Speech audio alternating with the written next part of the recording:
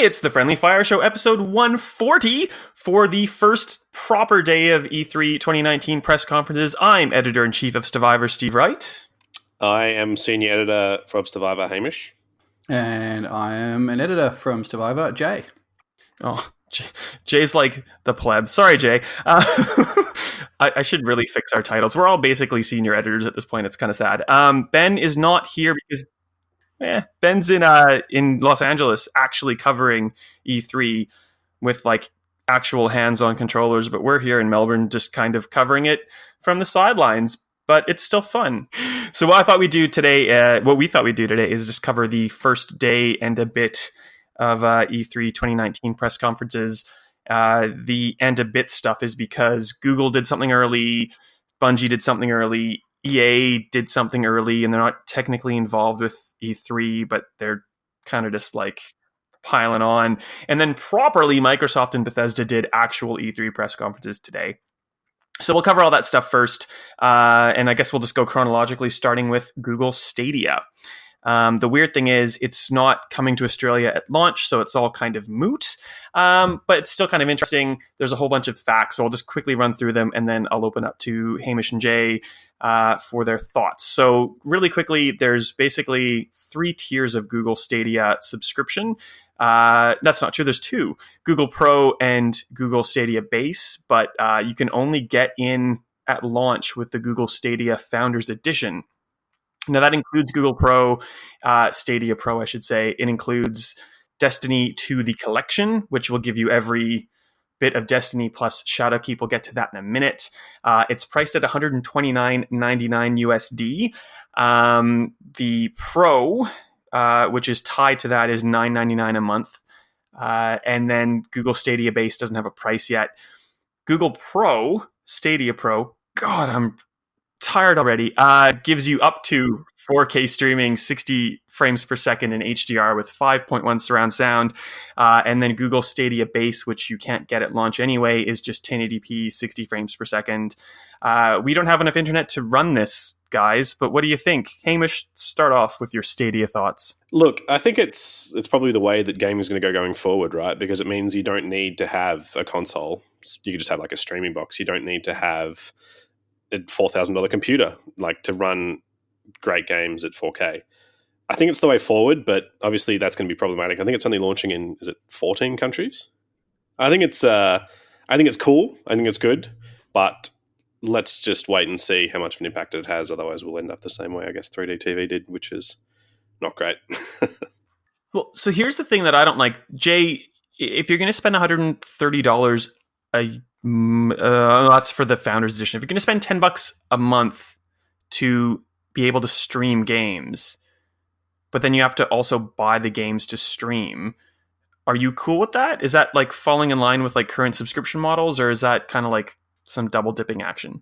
Well, that's what I was going to say. We're already paying that or something similar for Xbox Live and PS Plus. I mean, with the exception of that, they give you a few games every now and then, and I'm sure Stadia is going to have something like that. I'm expecting. They haven't said anything, but I'm not too concerned with it. If the quality is good, it's not going to be that good here. I'm interested to see how it's going to work with people trying it on in Australia with VPNs, because my internet connection is well above what they're expecting, what they're demanding to have even their base experience. So I think my internet connection will cope, but I don't know the technical implications of using a VPN, but I'm going to give it a shot as soon as it launches. That was such a humble brag. My internet here in Australia is perfect, but anyway, how's yours? I forgot to mention that as well. So the recommended minimum internet connection is 10 megabits per second. Megabytes or bits? Mbps per second. One of those. For 720, if you want 1080, it's about 20 Mbps. Now that I've doubted myself. And if you want a 4K stream, it's 35. So I'm about a 15 average, so I can get somewhere between 720 and 1080. So it's not that ideal for me. We might be blending bits and bytes though again there too, because it's like, I think NBN's like 100 mega, I'm going to get this wrong, 100 megabit down, but that equates to like 12 to 15 megabytes. So depending which one it is, it might be accessible in Australia, even on Jay's great connection. But we'll see. Yeah. It's the out of 100, I have 15. I know that. I don't know what the acronym stands for anymore, I guess, but I'm not suited for 1080p. I was trying to watch like the Halo Infinite trailer in 4K 60 frames, and I couldn't do it on my connection. But I can watch Netflix in 4K. So it's all about, I guess, the technologies as well that are doing the streaming. But this is also, you need the upload as well, theoretically, to be able to handle input and input lag and all that kind of stuff. I think we can move on. It's like it's actually moot unless you have a VPN. You're willing to try it. The launch date of November means nothing to us because we're not one of the regions. So that's done and dusted. Hamish, your favorite thing in the world, Destiny 2. I'm not even going to recap the news. You can just do it for me, I reckon. I mean, where do we start? Bungie just comes out swinging the week before E3. Hey, look, we're ditching. They've already ditched Activision. We're ditching the Battle.net launcher now. Headed to Steam. It's already splashed up on the front page, which is fantastic. Cross saves, meaning that Steve and I can finally play together again, which would be great. And I can ditch my shitty PC character from Battle.net who's not very good and use my 690 Lite Guardian. Yes. Makes everything much easier. What else is there? Free to play is pretty big. Destiny 2 New Light, I believe that's going to be called. And it will feature all of the content up until Forsaken for free. And they're also adding in a new...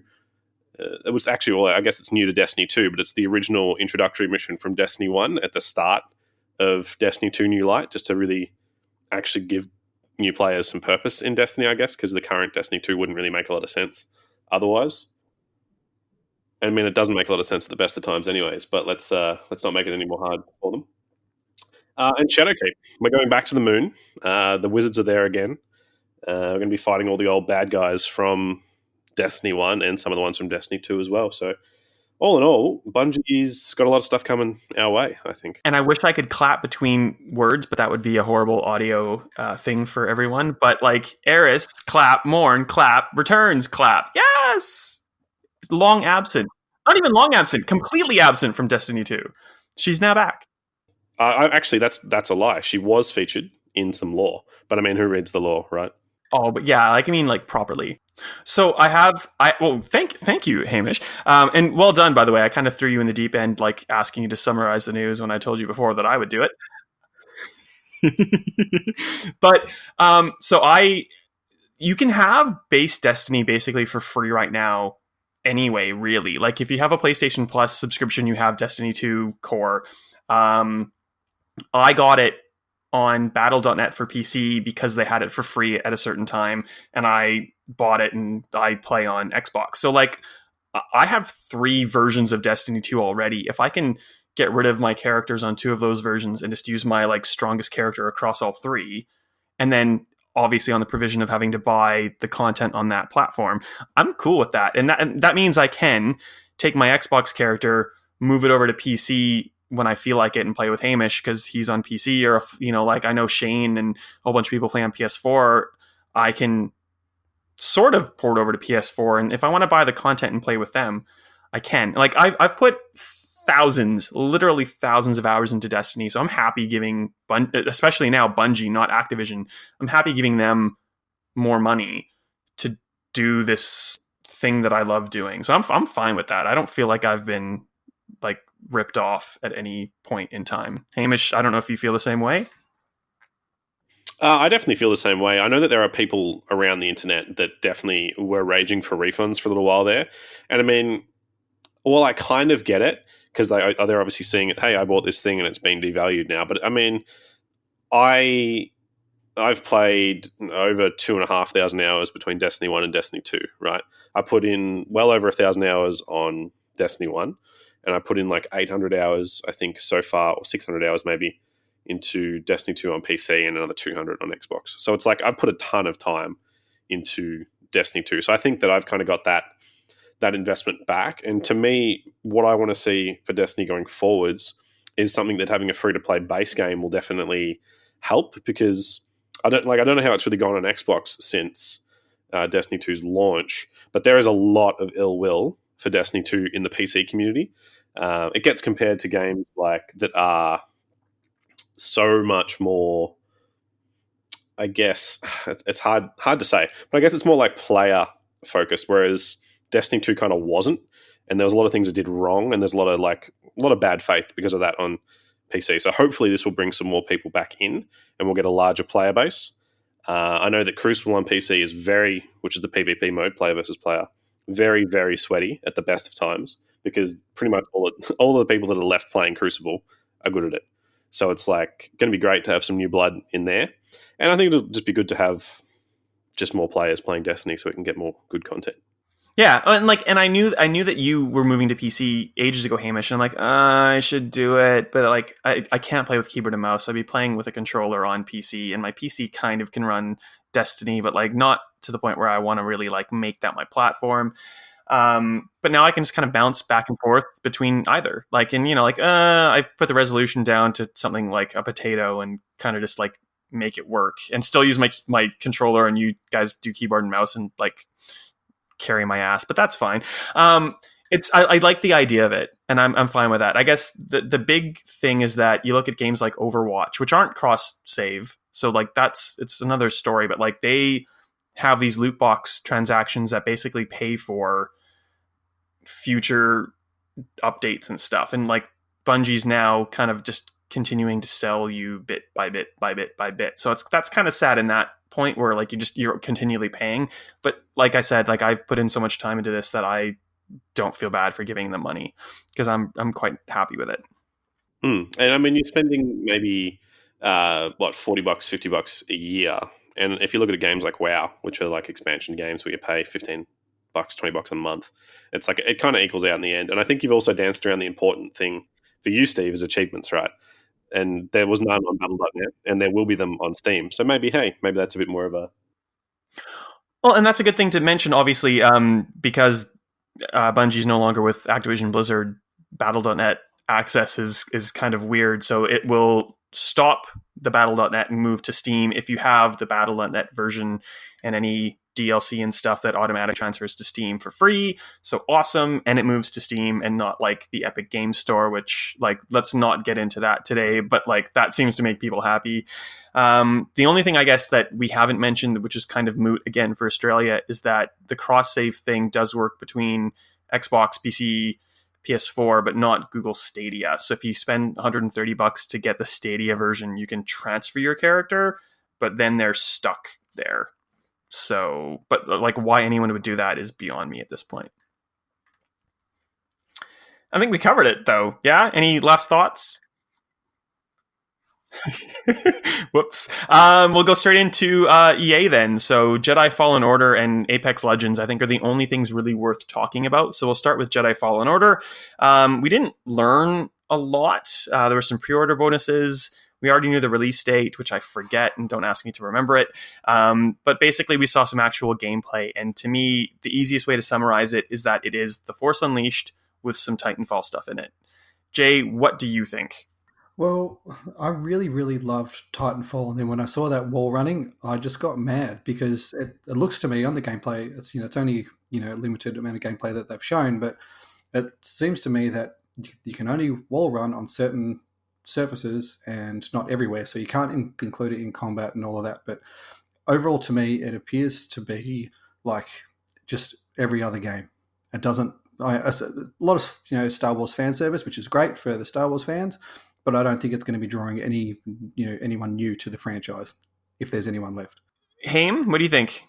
Uncharted with lightsabers. I mean, it just looks like a stock standard third-person action game, right? There's nothing super exciting about it. Force Unleashed, it did it before, right? So it's like cool, hitting people with lightsabers, some tougher enemies. It looks like it's going to be full of quick time events, which I'm not super stoked about. Like in that fight with the that special trooper, it's just like that just screams. Yeah, that just screams QuickTime Event Central, and it's like all the stuff, all the set pieces. I was just like, oh god. Look, I love Respawn. I love the games they make, and I think that it will probably have a good story, just because that's what they can do. But again, if it's just going to be Uncharted with lightsabers, I mean, we've done that to death, right? So. Yeah, I think I was kind of I threw you into the bus, Shane, because I wasn't sure what you thought, and Jay seemed like okay with it, but not as enthused as I can possibly be. I feel like you guys hit it pretty much square on the head, but also like you can slow down time and pull a trooper into his own blaster bolt, which is cool, and I'm kind of excited for that kind of stuff. But I'm not sure how much like those kind of cool force combos will actually play into combat. So it's hit or miss. Well, and this is canon, but it's also like between the first trilogy and the second trilogy, we kind of know how it ends. So, like, it's not like you're going to be a beacon of hope for the Jedi. Well, I get like maybe. No, not really. Like, because he's not in the movies. He is like a flame that burns brightly and then probably just stops existing. But anyway, it'll be fun.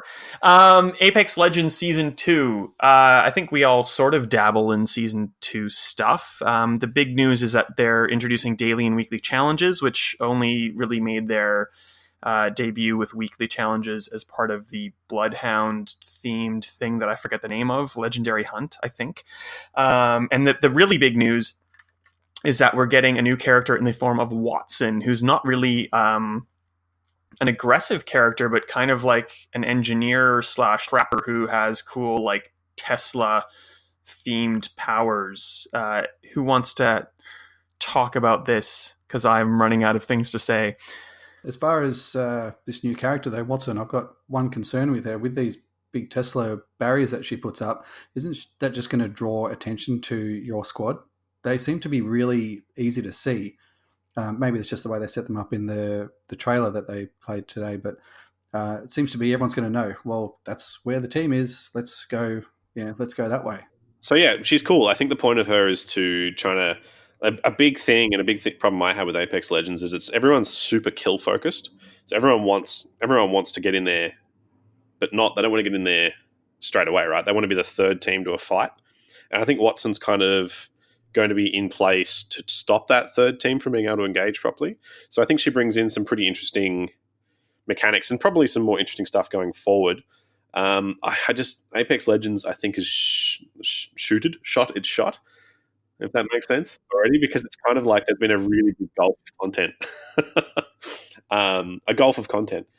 So it's like, I don't know. I think it'll be interesting to see if it can bring back players, but maybe it's already too late for a game that was really big on release. So I've noticed that because I jumped in for the weekly challenges this week, and I've hit top 5 team every time I've played. I've won twice. No, I've won once, and I've played like 4 games since I've come back. And I'm good, but I'm not good, if that makes sense. So I'm kind of excited about it, though. Just like another player that changes the meta.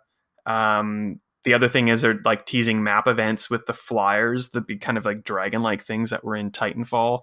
They kind of teased it, but there's already been a data mine that says like there's already voice recordings that like we know you can ping the flyers, and there's concept art where you can see like Octane riding a flyer. So they're trying to change it up to make it a little less shooty and maybe a little bit more of a long-term thing. I don't know. Well, there you go. I would happily play again with you guys. Like if they could embrace some sort of cross save, cross play, but again, like you can't combine console and PC. So like I don't know. I do not have a solution. And she has like a shield and that fence thing, so I'm not sure which is which, but one of those things at least also like buffs your teammates. So like one of those things will recharge shields without having to use like a shield recharge. So it's like there's a little bit of risk reward, I guess, in doing it. Yeah. Moving on. Microsoft. So this is actually the first press conference of today proper. For the first time really ever not competing against Sony. And before we get into news, I think they did a really, really good job. It wasn't a hint of something to come in years, like down the road. It was, we've committed to these first party studios. Here's what we're doing. Here's one new one. Like we're doubling down. And I think it might be too late for this generation, but I think Xbox really will compete with Sony in the next generation.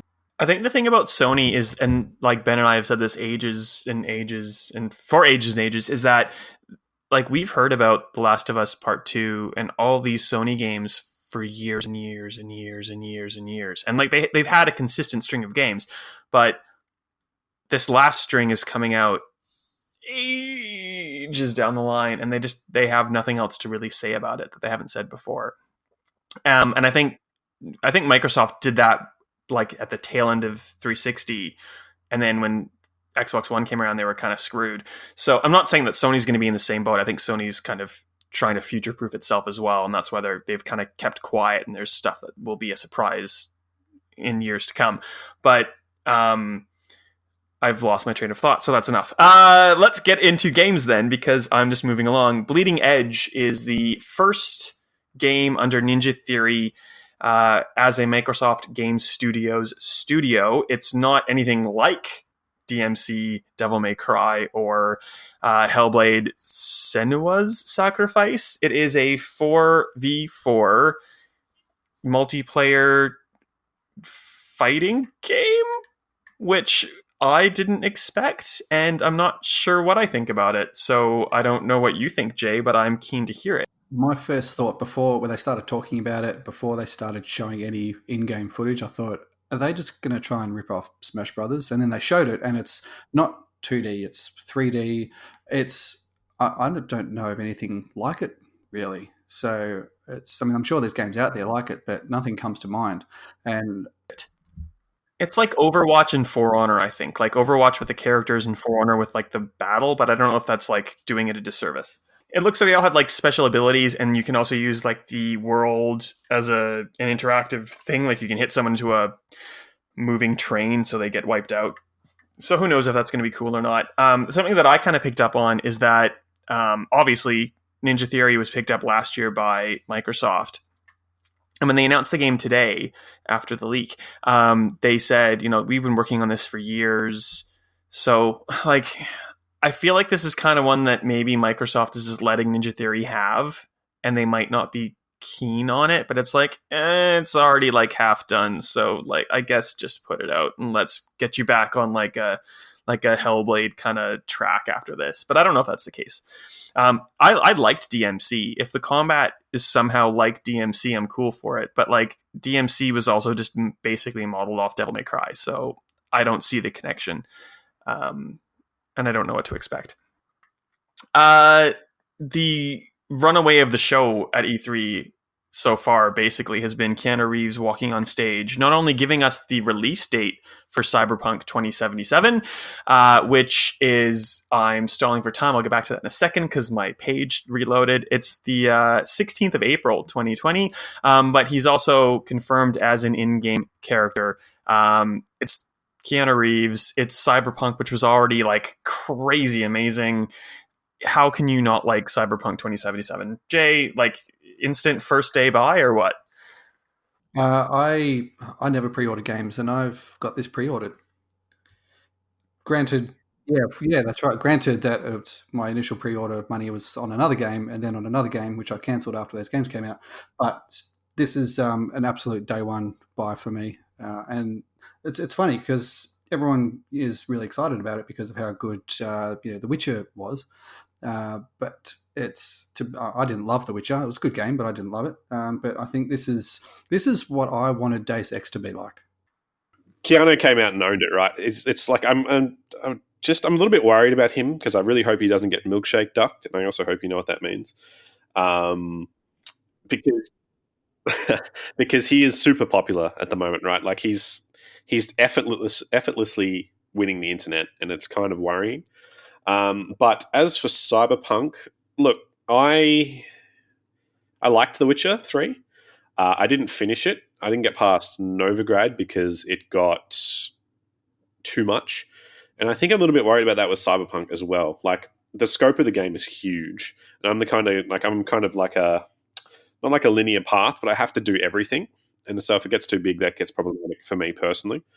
But firstly, it's been out, like we've been hearing about it forever, and I think I'm past the point of being excited for it, where it's just like I just kind of want it to be out already, because there's this really big. I'm going to be a bit of a party pooper, but I think there's this really big zeitgeist around Cyberpunk, and it's like, can it ever actually live up to all of this hype?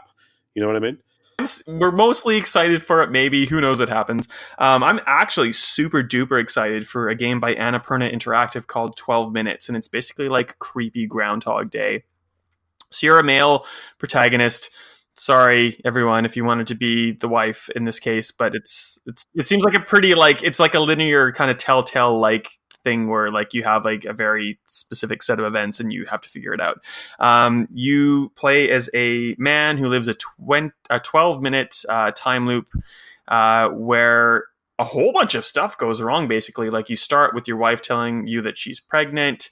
You have already lived this loop, so you tell her that you already know that. Then, like, you get a knock on the door with the police, air quotes police, saying that they're investigating your wife's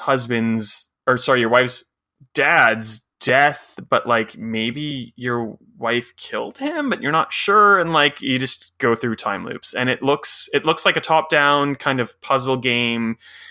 Like very story focused. It looks really, really cool. I'm very, very excited about it. It's like Observation, which just came out from Devolver. Like just one of those like really tightly scripted games where like I'm there for the ride. Moving quite along, did you know that George R.R. Martin doesn't want to finish Game of Thrones? So he's like basically just doing anything he can in his power to not finish. In this case, he's joined From Software to make a game called Elden Ring, which looks and sounds and feels a lot like Lord of the Rings. It's like a Dark Soulsy kind of RPG fantasy thing, which I kind of fall off of immediately, but hey, maybe you know more about it than I do or want to talk about it. Yeah, so Lord of the Rings, Dark Souls, and probably my favorite like game series ever too. It's book series, A Song of Ice and Fire, Game of Thrones, George R.R. Martin. Like combining those three together just sounds like the most, I guess, optimal kind of game for me. So I mean, we'll see how it ends up going. We don't have tons of information yet, other than it's like got one of the best writers ever and one of the best game directors ever helming it. So that's pretty cool. And yeah, I mean, from what I've heard, I think I saw somewhere that there's kingdoms, and you take on the power of the monsters at the head of the kingdoms that you slay. It's going to be Dark Souls, but also Lord of the Rings, written by George R.R. Martin. And I mean, come on, does it get much better than that? I don't care, or no, or either. Or Jay, do you have any thoughts on this game?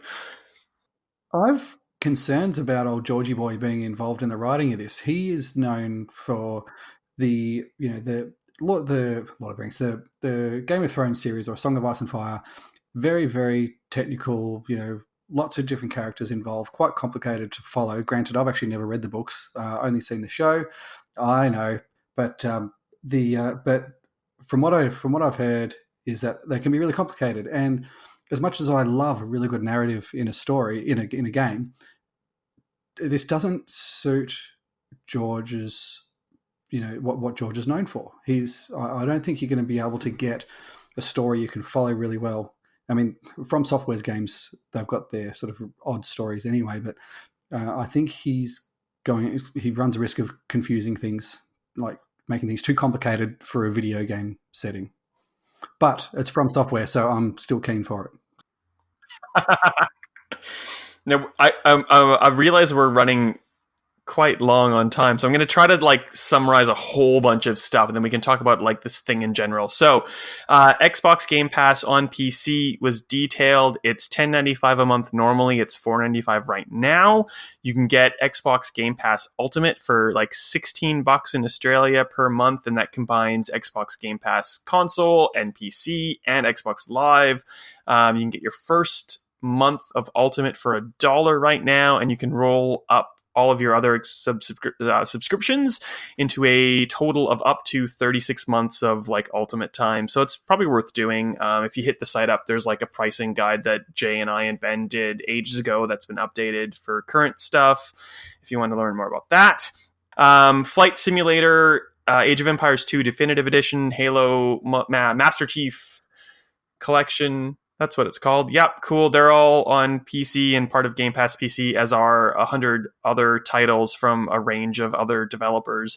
And like PC focused, like so things like Football Manager 2019, just off the top of my head. That's all happening, which is really cool. They've also announced that Project xCloud will allow console to like handheld device streaming, and also Project xCloud on its own will just let you access your Xbox Live digital library to stream when you can't stream from your console. I know I'm speaking for Ben because he's not here, obviously. Ben's in LA, but Ben has had a chance to stream. I forget which Xbox One game. It's either like Forza or Halo or Gears, I think. He's already tried streaming via Xbox or Project xCloud. He said it's pretty good. So that's cool. Xbox's big thing, which is Halo Infinite and Project Scarlet, which is the next gen Xbox, which I'm going to quickly read some specs that make little to no sense to me, but maybe Hamish or Jay, you can make it make more sense. It's a custom designed AMD processor with high bandwidth GDDR6 memory and a next gen solid state drive. I know what that is. Basically, this console will run games natively at 4K with 60 frames per second, but it's capable of up to 20 frames per second and 8K. I don't see any value, at least in the next 4 to 5 years, more than 4K at 60 frames per second, but maybe you guys think differently.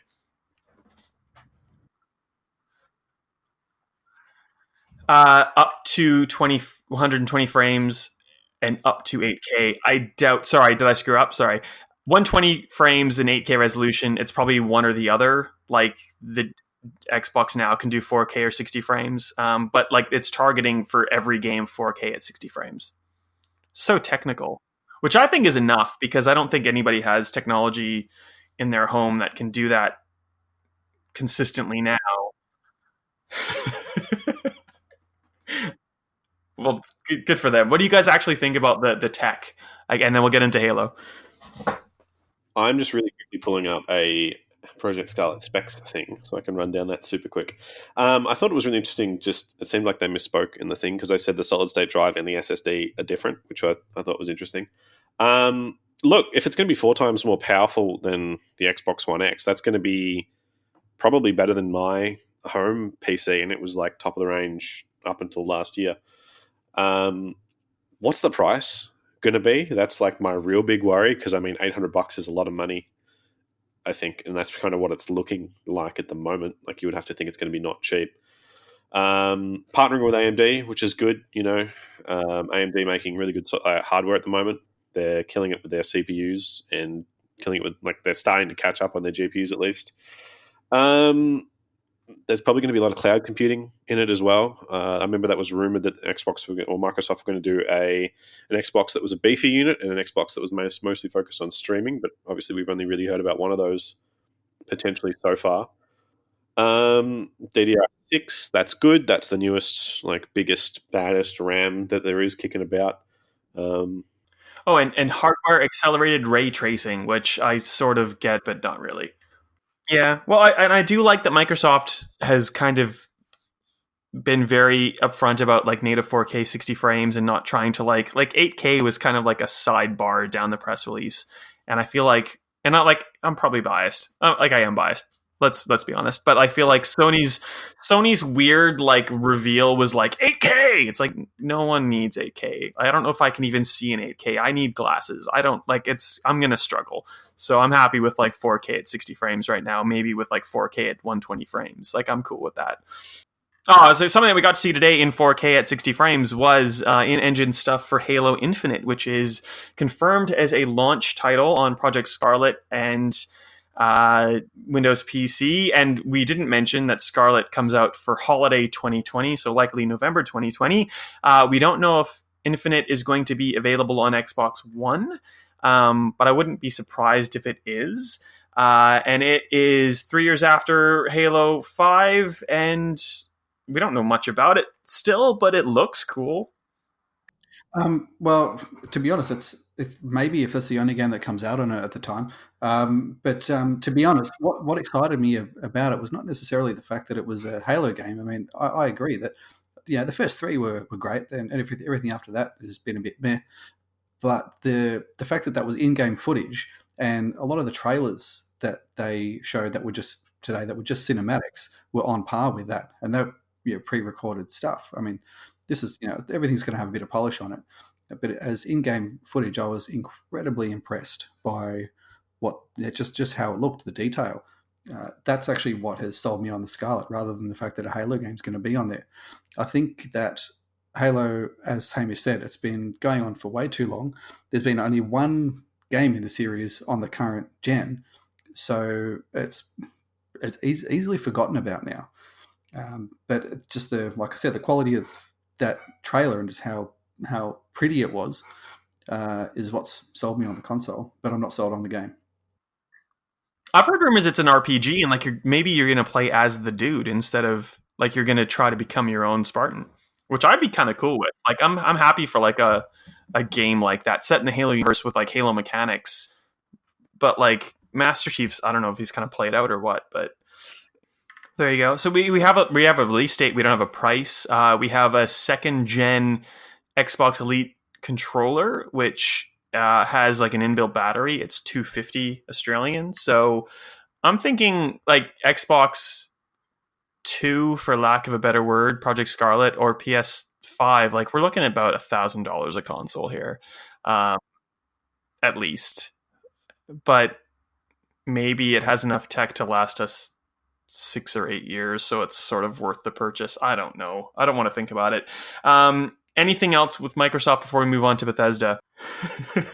Bethesda largely was bullshit, if I'm being honest. There was a lot of Elder Scrolls stuff that I give zero care about. Elder Scrolls Online Elsewhere, Elder Scrolls Legends / Elsewhere expansion, Elder Scrolls Blades, which who cares, but it's also coming to Switch, so that's some news for you. The randomest stuff was at Fallout 76. They also like they said how bad it was and apologized for it, but then they're like, we're doing it battle royale. Like, no, it's way too late for that. Also, they're introducing human NPCs in an expansion called Wastelanders, which is it's all free, by the way, because no one's playing Fallout.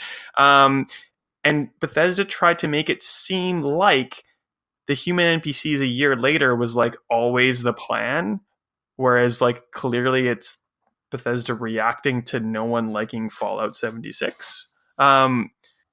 Bethesda, I would quickly like to talk about Commander Keen, which like we've all jokingly made a reference that Commander Keen was going to make a resurgence. Well, it has this year, but it's like a shitty free-to-play mobile game. You're not even Commander Keen. You're Commander Keen's like twin kids, Billy and Billy, because the original Commander Keen named Billy, named his own kids Billy.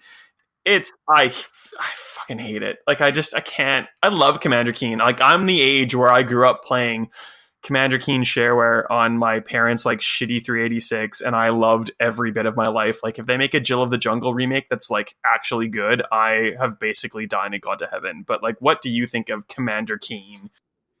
Way to murder an old franchise, right? Like I know that that's like a loved thing back in the day, but gaming's moved so far on. Like, just no. Oh, sorry. I'm sorry I'm vocal about this, but they also spent like a good 2 minutes like telling you what Commander Keen was in case you didn't know. Like, oh, come on. I hate you so much. I still can't justify it. Yeah. Like Blades, Legends, so much stuff I didn't care about. It's kind of in the same vein, I guess, is Orion, and I'm just going to read what I've wrote because I don't quite understand it. So Orion is a proprietary piece of software that's integrated within a game engine, but is available for all game engines, which achieves dramatic latency reductions of up to 20% per frame, plus up to 40% less bandwidth. So it's like not a streaming service, but it's like tech that works with a streaming service to lower the demands of streaming through Bethesda, but for everyone. And they made this like weird deal about talking about how they made like the id engine and all these things, and like they made the first VR, and they went to like lawsuits up the buggery like to prove that they had Oculus first and all this kind of stuff. It's like that's nice, but like this isn't for us. This is for maybe publishers like behind closed doors. I don't quite get it. Moving on to good shit then. Good. Perfect. So like the actual two things, the only two things really, and I haven't played Doom Eternal, so Jay, you'll get to that at the end, but the only two things I actually liked about this press conference were Shinji Mikami's new game with Tango Softworks, or Software, I can't remember, Ghostwire Tokyo, which is not a survival horror game. It is an action-adventure game, so like Shinji's going RE2 to RE4 again with like a spooky game that's not survival horror, but like a cool actiony game, which I am all for. And I just watched the trailer before we started this, guys, and like there's so many cool just like Japanese elements and weird like spooky ghost things, and I'm just so jazzed for this. I can't wait to play this game when it comes out.